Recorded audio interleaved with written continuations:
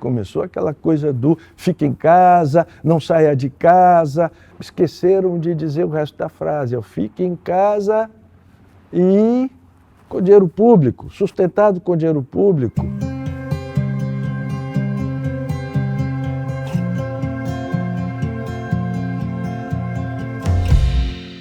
O começo, naturalmente, a gente foi surpreendido e fomos invadidos não só por um vírus, né, não foi só uma ameaça biológica, como nós fomos invadidos também por um pânico, por um medo muito grande.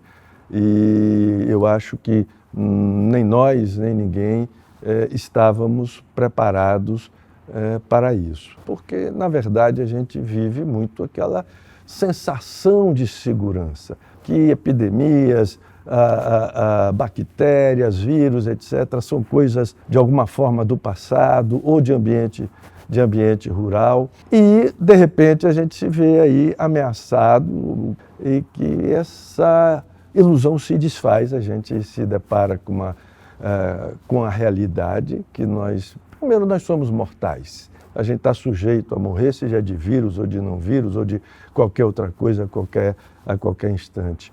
Depois que, na verdade, nós sempre convivemos com essas ameaças.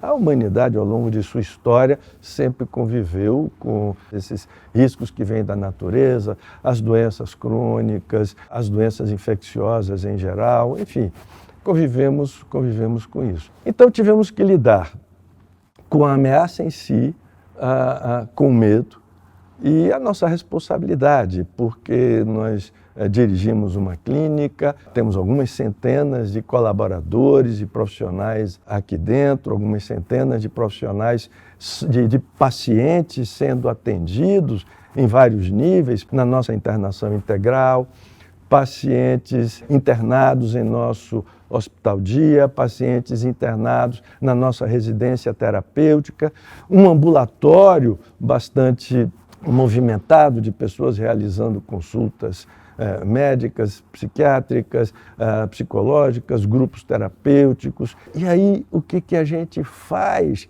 com todas essas pessoas? Essas pessoas que a gente muitas vezes esquece que a doença mental, ela mata, se ela não for tratada precocemente, se não houver intervenções, e aqui, claro, eu estou falando da doença mental grave, ficamos nesse primeiro momento de perplexidade. O que a gente faz com isso?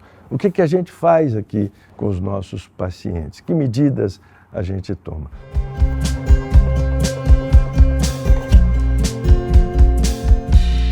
Nós tivemos que absorver o impacto, identificar as ameaças, que não eram só biológica, mas biológica e psicológica, e depois fomos descobrir também social, por conta de toda essa movimentação estranha, até, por que não dizer esdrúxula, política que a gente viu aí na sociedade, porque começou aquela coisa do fique em casa, não saia de casa. Esqueceram de dizer o resto da frase. Eu fique em casa e com dinheiro público, sustentado com dinheiro público. O governo não produz nada, o governo não produz dinheiro, o governo se alimenta do dinheiro que a sociedade produz, que os trabalhadores produzem, que os empreendedores produzem, dos altos impostos que eles recolhem. Então, nem todo mundo é funcionário público para ficar em casa e estar com o seu salário garantido no final do mês. Então, fique em casa e vamos viver de quê? Então, nós aqui não podemos ficar em casa. De imediato, lógico, começamos a tomar as medidas sanitárias necessárias, álcool, gel, distanciamento, controle de entrada, controle de saída, etc.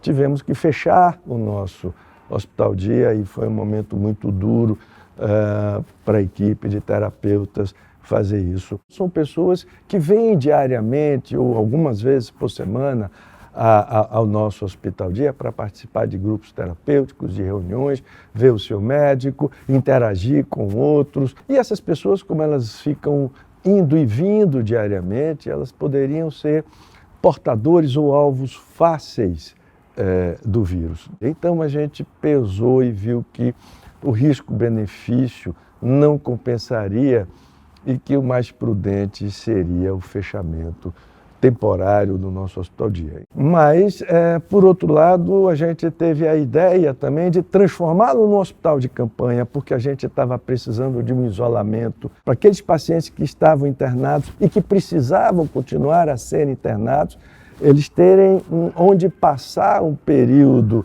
de quarentena antes de adentrarem o nosso espaço terapêutico. Um outro ponto também em xeque foi a nossa residência terapêutica, onde são pessoas portadoras de várias doenças crônicas, pessoas idosas. Então, as medidas ali tomadas de isolamento, de suspensão de visitas e tudo mais, tiveram que ser imediatas. E o nosso ambulatório, a gente tinha um movimento grande de pessoas que vinham aqui diariamente para consultas. Conseguimos, com relação ao ambulatório e com relação também à flexibilização dessas visitas de parentes e famílias que costumavam vir aqui visitar, interagir, participar de reuniões terapêuticas com os nossos profissionais, nós aí implantamos, desenvolvemos a nossa telemedicina.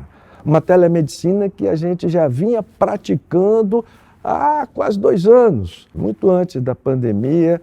A gente já havia identificado que essa era uma ferramenta fundamental para o atendimento com os nossos pacientes, para o contato.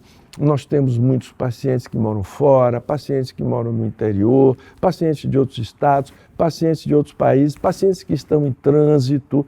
Então, a gente já tinha identificado a telemedicina como uma ferramenta da maior importância. Então, nesse aspecto da telemedicina, nós não fomos surpreendidos. A gente já estava preparado, nós apenas incrementamos o que a gente já vinha fazendo. Então, o que víamos fazendo de alguma forma optativa se tornou obrigatório.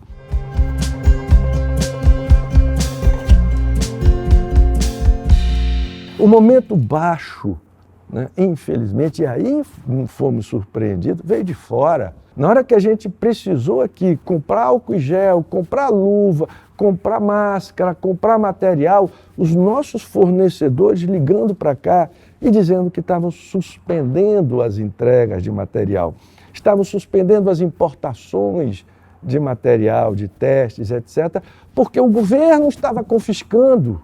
Então, eles estavam dizendo, nós não podemos comprar porque quando chega aqui no aeroporto, quando chega a mercadoria, o governo confisca e ninguém vai investir num risco desse aí.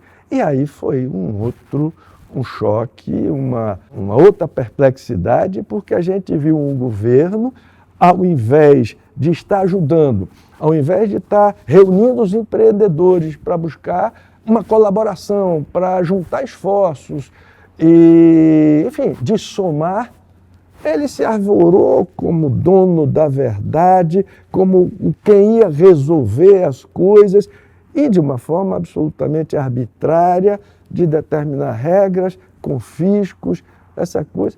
Isso tudo foi muito estranho.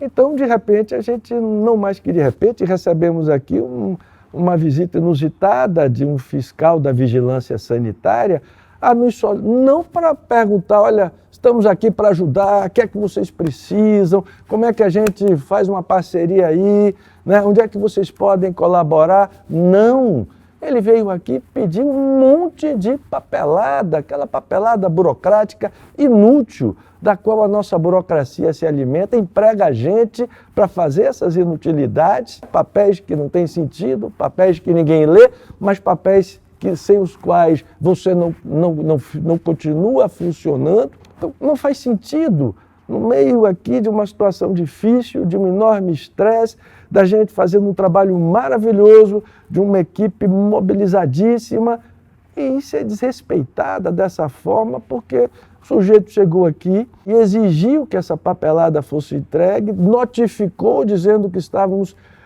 impedidos de aceitar qualquer paciente enquanto não entregássemos aquela papelada, nos obrigou a suspender tudo o que estávamos fazendo para correr atrás de um papelório inútil.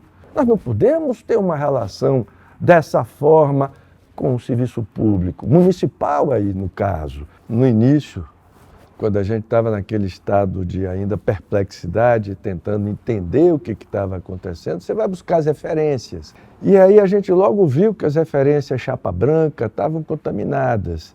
A própria OMS estava sendo um dos fatores de disseminação do pânico, estava tendo ali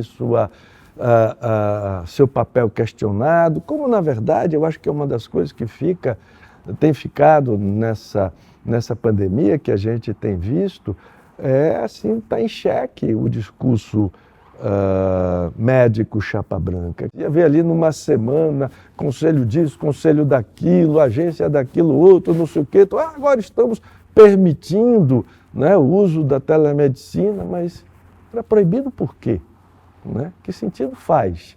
Aí você fica vendo como essa gente pode atrapalhar o desenvolvimento do nosso país, e, né, a nossa vida profissional, a nossa vida pessoal, ou o absurdo dos absurdos, apesar de toda a conversa do fique em casa, mantenha distanciamento social, etc., etc., os nossos ônibus, a nossa frota de ônibus reduzida e apinhada num momento em que mais do que nunca se precisava ter mais ônibus nas ruas para que você tivesse mais distanciamento, mais preservação das vidas que vão e vêm.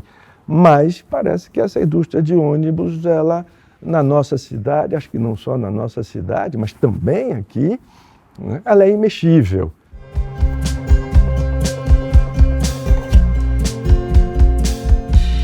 O trabalho continua, ainda não é passado, o vírus está aí, nós não podemos relaxar as medidas que a gente vem tomando até agora. Ainda é cedo para comemorar, tem muito trabalho pela frente, mas até agora nós estamos sendo muito exitosos, temos tido muito sucesso graças a esse empenho da nossa equipe. Aqui ninguém ficou em casa, aqui todos viemos trabalhar.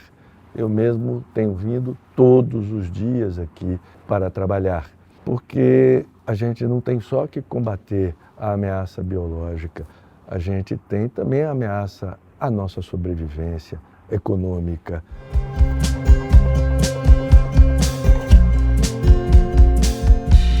A equipe me surpreendeu, porque naquele momento de pânico eu não vi ninguém correndo, né? O pessoal chegou junto.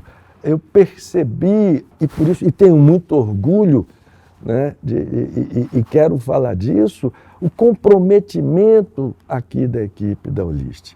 Isso também não foi à toa, a gente tem uma cultura de comprometimento já há muitos anos.